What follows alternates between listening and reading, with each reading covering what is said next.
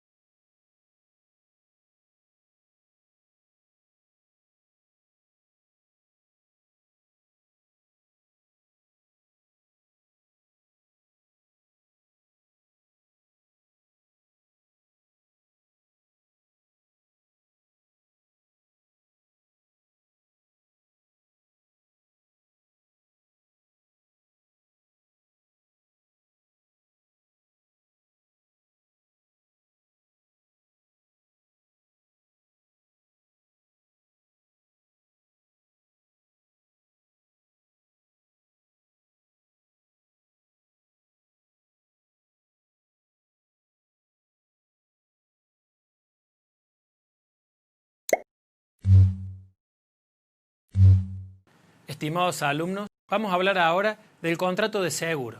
Un contrato de gran importancia en tanto y en cuanto permite disminuir las contingencias de situaciones desventajosas o siniestros a partir de un resarcimiento económico realizado en favor del asegurado. Vamos a ver que el contrato de seguro está básicamente enfocado en algunos aspectos centrales como son las estadísticas, la mutualidad y la masividad.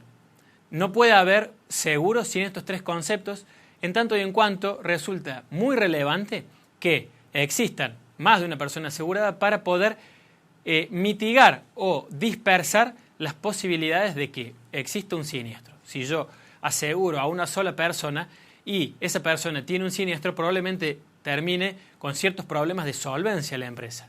Pero si yo disperso ese riesgo a partir de estadísticas, a partir de la mutualidad y a partir de la masividad, eventualmente aquellas personas que sufran siniestro van a poder cobrar o van a poder ser adjudicatarias del beneficio del seguro en virtud de aquellas también personas que no han sufrido un siniestro y que como consecuencia de ello van a poder solventar el sistema del seguro. Digamos, como objetivo el contrato de seguro básicamente tiene en miras garantizar un riesgo de manera permanente y de manera profesional. Existen algunos conceptos importantes y que tienen que ver con el propio contrato de seguro, que tiene una duración de 1 año como mínimo.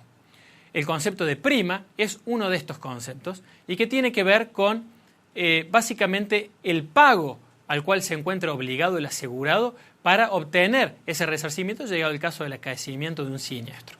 Esta prima va a ser más elevada en la medida que aumente el riesgo y está compuesta no solamente por el precio o el resarcimiento que vaya a buscar, sino también por gastos administrativos, gastos operativos, comisiones del productor de seguro, entre otros conceptos. Por lo tanto, vemos que la prima es un concepto bastante más amplio de lo que podría entenderse en un primer momento. Por el otro lado, tenemos la clasificación a la cual podemos someternos. Existen varias, me gustaría concentrarme solamente en una que tiene que ver con los contratos voluntarios y los obligatorios. Los obligatorios, justamente que vienen impuestos por la ley, ejemplo, la ART, el servicio de espectáculos públicos, eventualmente el seguro contra terceros de los vehículos. Estos son seguros que no podemos hacer menos y que resultan obligatorios en tanto y en cuanto el legislador así lo ha considerado, dada la importancia y la relevancia de garantizar los riesgos que se encuentran implícitos en esas actividades. Del otro lado tenemos los voluntarios, que no implican obligatoriedad, como su nombre lo indica, sino mera voluntad, y que van desde un seguro de vida, un seguro de la casa o un seguro de las piernas para los futbolistas, por ejemplo. Los invito ahora a realizar la siguiente actividad.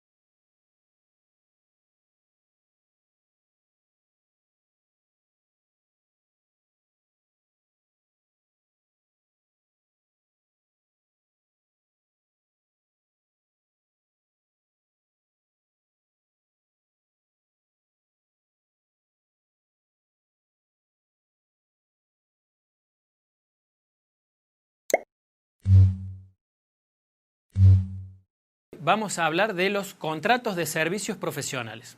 Contratos que tienen que ver no solamente con la contratación de un abogado, un contador o un ingeniero, sino también con un gasista, con un plomero, con alguien que se dedica al aire acondicionado. Estos son contratos que se utilizan cotidianamente y que revisten ciertas características que son dignas de mención. un servicio profesional, digamos, es un contrato en donde tenemos el profesional y el cliente. Ya de arranque tenemos esta discusión sobre quién es un profesional. Si es un profesional solamente aquel que tiene un título habilitante, si es aquella persona que es idónea en alguna cuestión, o bien si nos encontramos en una postura intermedia en donde, digamos, tiene un permiso o habilitación, ya sea universitario o intermedio, pero que le habilita este permiso o habilitación justamente a realizar la tarea que se le encomienda. Cuando hablamos de un servicio, de una contratación de un profesional, estamos hablando de un contrato con características intuito personae. Acá se elige a una determinada profesional que tenga características particulares, características personales que hagan que nosotros elegimos a esa persona y no a otra. Dentro de lo que es la labor que tiene que llevar adelante y que reviste justamente las características de su especialidad contra el pago de un honorario, y esa sería la definición misma del contrato, esta relación entre profesional y cliente en donde el profesional debe llevar adelante una labor propia de su especialidad por el cambio de un precio, en este caso un honorario, tenemos que tener en cuenta que esa labor genera también deberes principales que tienen que ver con la realización, con la prestación del servicio en tiempo y forma, pero también con algunos deberes secundarios que se relacionan directamente con esta relación contractual establecida entre las partes.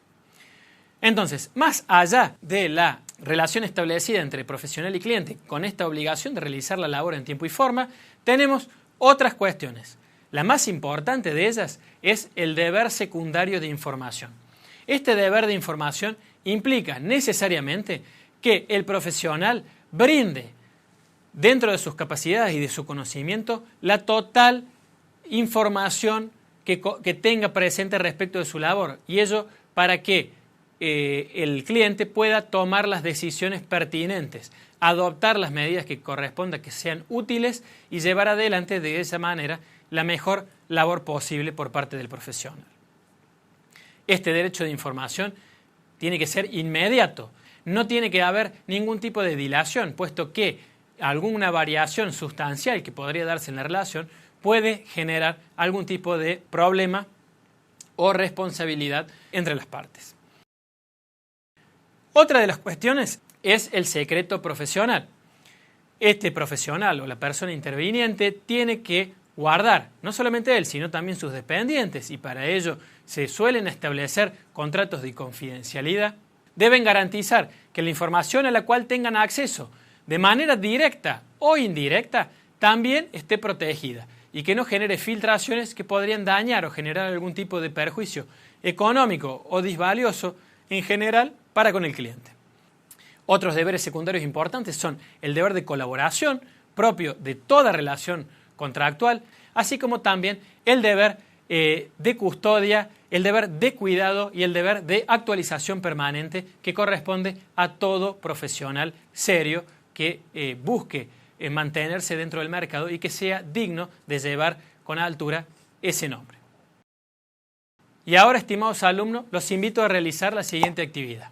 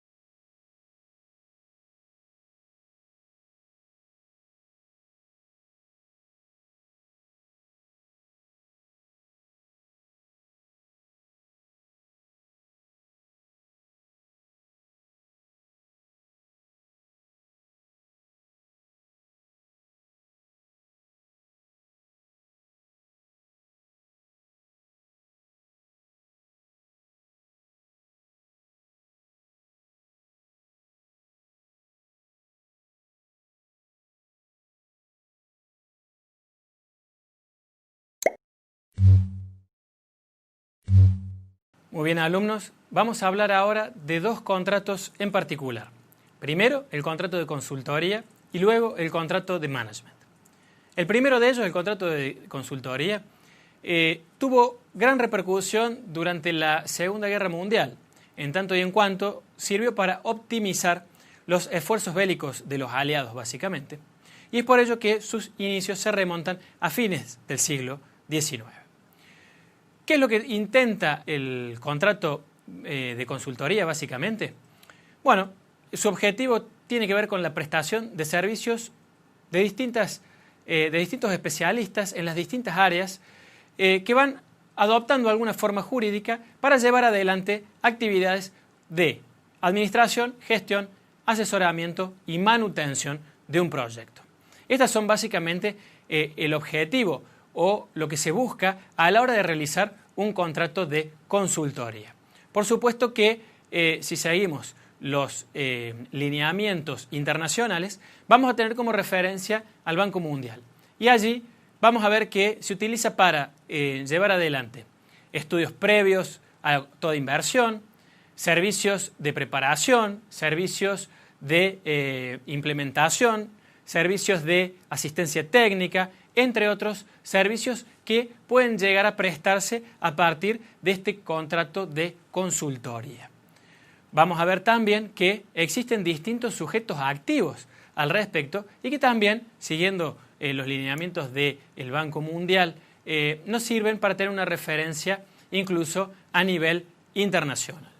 Los sujetos activos en este caso serían estudios profesionales, sociedades privadas, asistentes del gobierno, empresas estatales, organizaciones sin fines de lucro como las ONG, las fundaciones, las asociaciones civiles e incluso organismos internacionales. Todas estas personas pueden, según los lineamientos del Banco Mundial, formar parte del staff interdisciplinario que otorgan consultoría y que básicamente asesoran para una mejor toma de decisiones. Estos consultores externos, cuyos sujetos activos ya estuvimos viendo, hacían principal énfasis o ponían su foco principalmente en cuestiones relacionadas con la producción, sea que ésta se relacione directamente con el empleo, con los empleados, con las relaciones laborales existentes en cada uno de ellos, con la eficiencia de las máquinas y todo lo que tenía que ver con optimizar la producción y también con la productividad en la fábrica, que viene a ser un poco la combinación del empleo y la eficiencia de las máquinas. Todo este sistema de consultoría lo que busca justamente es optimizar los recursos de una sociedad, de una empresa, para con ello obtener obviamente los mejores resultados y así maximizar la rentabilidad del negocio que se pretende llevar adelante. También tenemos el contrato de management. Este contrato de management tiene que ver básicamente con el gerenciamiento, la conducción por un determinado plazo. Estos plazos suelen ser bastante prolongados, atento. Lo que se pretende es dar cierta estabilidad para poder ver los resultados en esta gestión, en esta conducción, en este gerenciamiento. Pero los contratos de management también se relacionan de manera similar a lo que ocurría con el contrato de consultoría, con la dirección, conducción, la administración y la gestión de una empresa. Aquí llevada adelante no solamente por estas instituciones que mencionábamos como sujetos activos en el contrato de consultoría, sino que aquí son profesionales idóneos, generalmente de gran renombre o de prestigio, sea en el ámbito territorial que ocupan, sea a nivel internacional, sea en el nivel que sea, para llevar adelante los destinos de esta empresa. Este contrato de management se utiliza para grandes volúmenes, por ejemplo, clubes de fútbol, bancos, empresas que tienen cierto porte. ¿Por qué? Porque justamente al otorgar este plazo prolongado, lo que se busca también es dar el tiempo necesario para que estas personas puedan desarrollar sus habilidades a lo largo de este contrato por esta vigencia de plazo que recuerden suele ser prolongado y de esa manera también lograr optimizar los recursos de la empresa, maximizando también su rentabilidad. Estimados alumnos, ustedes ya cuentan con los conocimientos suficientes para realizar la actividad integradora.